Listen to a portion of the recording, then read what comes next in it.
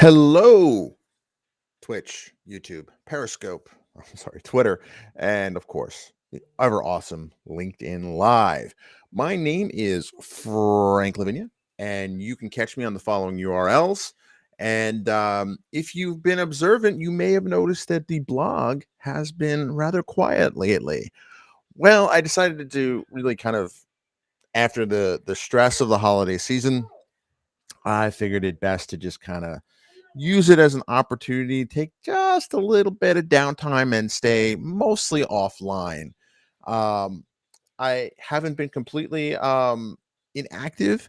If you check out the data channel, I actually uploaded a couple of things. Um, and if you hear that background noise, that's because we had a snow day today here in the Washington, D.C. area. And it's pretty weird because yesterday I was basically kind of doing some furniture rearranging and taking old furniture to the dump uh, in a t-shirt.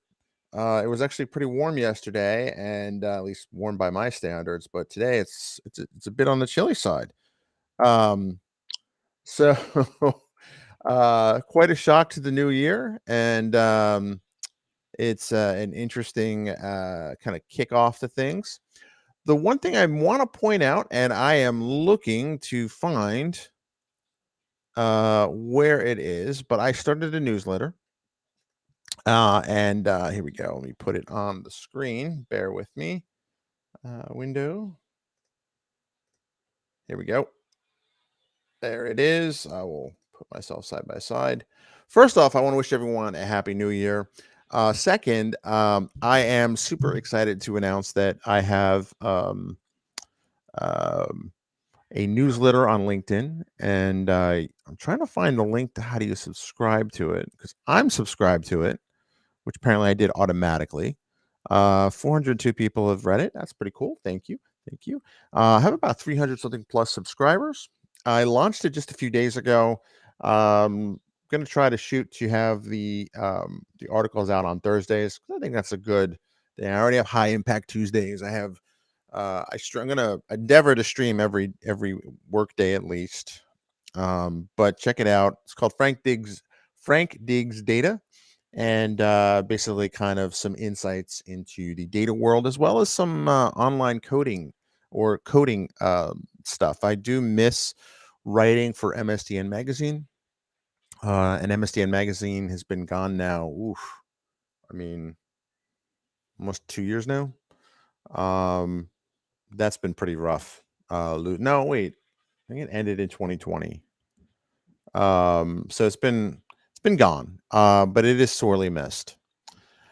If you see what's been going on Data Channel, let's see, Data Channel TV, um, have a new series that's out here.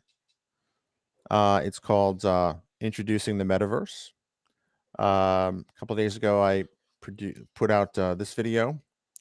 So now this is really the promo for it, but ultimately asking the question of how real is the metaverse? Like, how practical is it? And I actually have a thoughts about that. And as you can hear in the background, my younger son is here, and he will provide in-game commentary. He watches a lot of YouTubers that play games, and so whenever he plays games, he thinks the mic is on. I guess he's a bit a chip off the old block that way.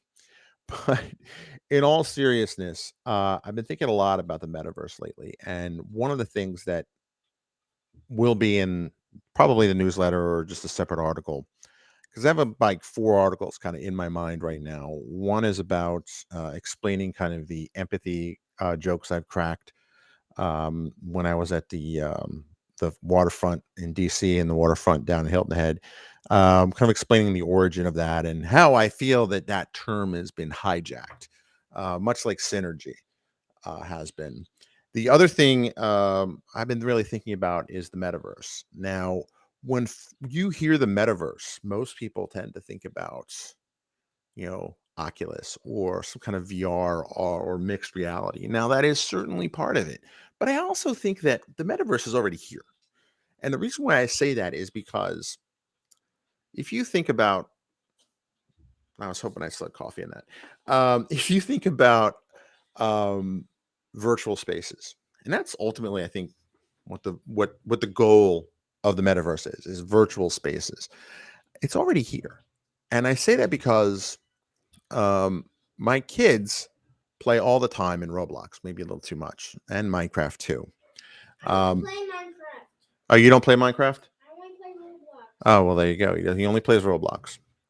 But what's interesting is how they know the spaces, they know the places. To them, the worlds that are in Roblox or the worlds that are get created in there are just as real as the real world. And I think the pandemic has kind of exacerbated this or accelerated this, depending on how you view it. But ultimately, those 3D virtual spaces are as real to them as kind of the real world is to them as well. And I think that is ultimately the philosophical edge of the metaverse.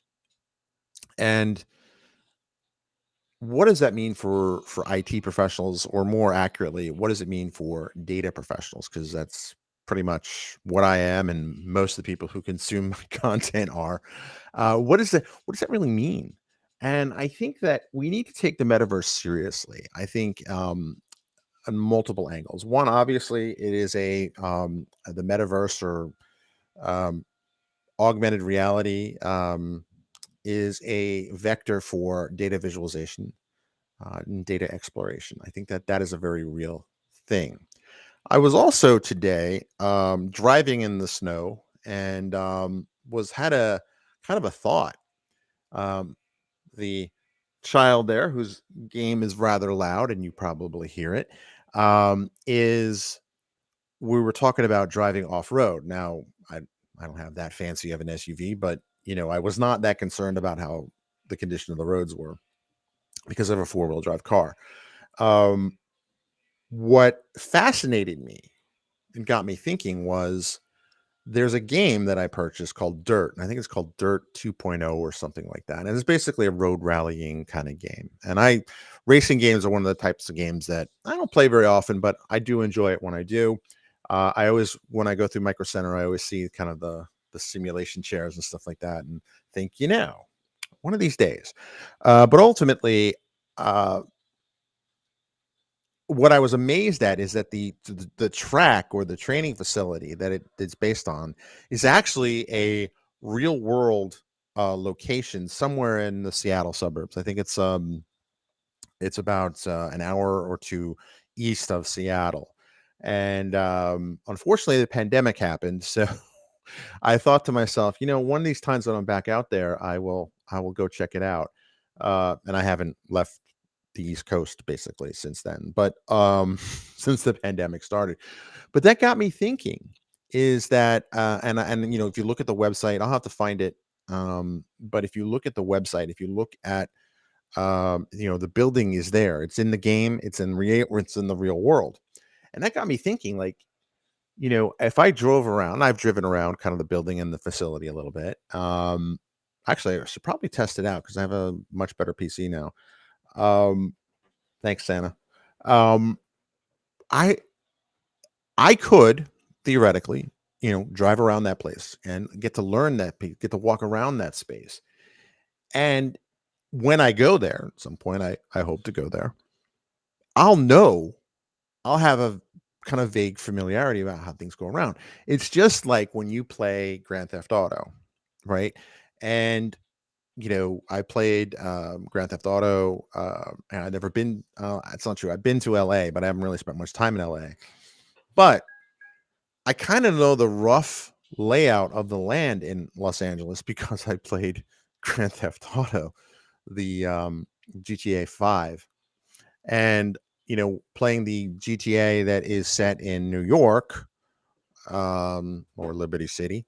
Um, there are parts of it that, I mean, it's not exactly right, but there's definitely parts where I'm like, gee, that looks an awful lot like the neighborhood I used to live in. And I see my production assistant is leaving. You okay? I'm going to the bathroom. Okay. Um, So with that, um, I just think it's an interesting kind of idea is that the metaverse to the kids are just as real. Because when he helps me kind of play these new games and stuff like that, he goes, no, no, no, you have to go around this corner and around there. So, and that's not new. If you've played Doom, you've played Wolfenstein, the idea of mapping out these virtual spaces in our heads is not a new thing. I think what is new is the reality of it or the amount of time that you can spend in it in a reason, and accomplish things. So just a couple of thoughts, and we are launching. Andy and I are launching a third podcast. It's going to be called Metaverse Mavens, and I do need to work on a WordPress site. I do need to work on launching the podcast, but I say that because all of this is connected.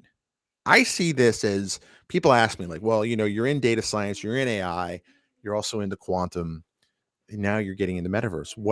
Why all those things? Well, one, I'm a geek. I like technology. Two, I see them as related.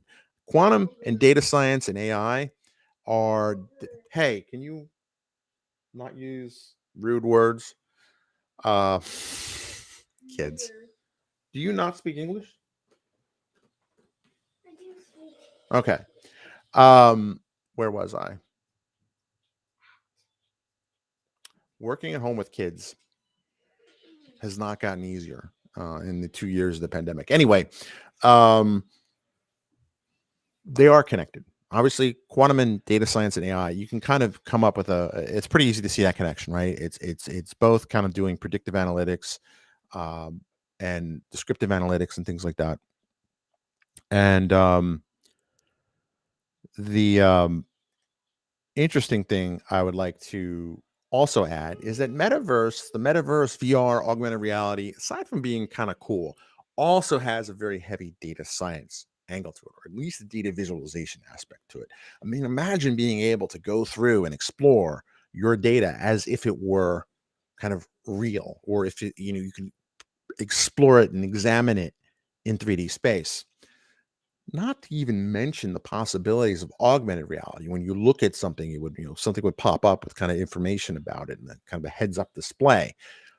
They are connected. And I think what you're going to see as we move into the 2020s, because right about now we're just under 20% into the 2020s, um, you're going to see those worlds kind of work together in the same way that mobile and data are connected, in the same way that mobile, social, and data are connected.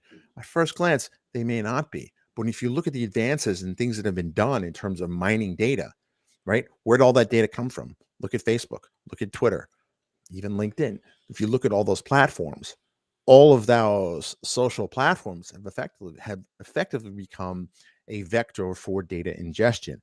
And I also see the same thing happening with the metaverse. Game developers can explore, like, well, hey, how much traffic has gone through this part of my world? How do I do ways to get people to see that part of the world, or shop, or something like that? These three that on the surface look very disparate, not desperate, disparate. They look very like three discrete silos. I think are just like they all share. They're all are going to converge. And with that, I am going to end the stream in just another minute because clearly I need more coffee and I also have some slides I need to work on. But I just figured, it's a new year. I haven't streamed. Took the opportunity with, kind of my mom's passing and all that, and processing all that. And very glad that the holiday season's over. I know that sounds terrible, but the first one after losing a loved one is kind of the hardest. So glad that's in the rearview mirror. Don't get me wrong, we had a great holiday. Did you have a good Christmas? Okay. Can you say it louder? Yes. There you go. So that's all that matters. So with that, I am signing off from a winter wonderland of the Washington, D.C. suburbs. And hope you have a good one. Hope that things are well. And with that, I'm going to end the stream. Stay safe out there if you have to drive in the snow. And stay safe out there just in